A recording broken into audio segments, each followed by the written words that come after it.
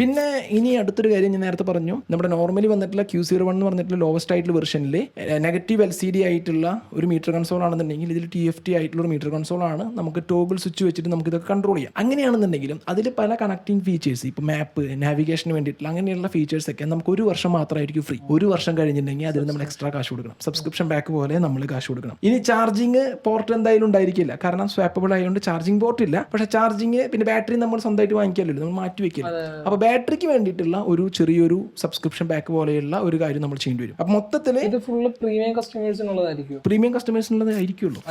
അല്ലാണ്ട് ഇപ്പം നമ്മൾ സാധാരണക്കാർക്ക് നീ ചിന്തിച്ചു നോക്കി, സാധാരണക്കാർക്ക് ഈ Q01 എടുക്കാൻ പറ്റില്ല കേട്ടോ. സാധാരണക്കാർക്ക് Q01 എടുക്കാൻ കഴിഞ്ഞാൽ റേഞ്ചിന്റെ കാര്യം എടുക്കുകയാണെന്നുണ്ടെങ്കിൽ, അങ്ങനെ പല കാര്യങ്ങൾ എടുക്കുകയാണെന്നുണ്ടെങ്കിൽ അത്രയും ഒരു ടോപ്പ് ആയിട്ടുള്ള രീതിയിലേക്കില്ല. പിന്നെ ചാർജിങ് ടൈം എന്ന് പറയുന്നത് ഈ പറയുന്ന Q01 മിനിമം ചാർജ് തന്നെ ടൈം വരുന്നത് 4 അവർ 4.5 മണിക്കൂറൊക്കെയാണ്. മറ്റേതിന് 6.5 മണിക്കൂർ അങ്ങനെയൊക്കെ വരുന്നത്. 0 to 100 ആവാൻ 6.5 മണിക്കൂറാണ്ട് വരുന്നുണ്ട്.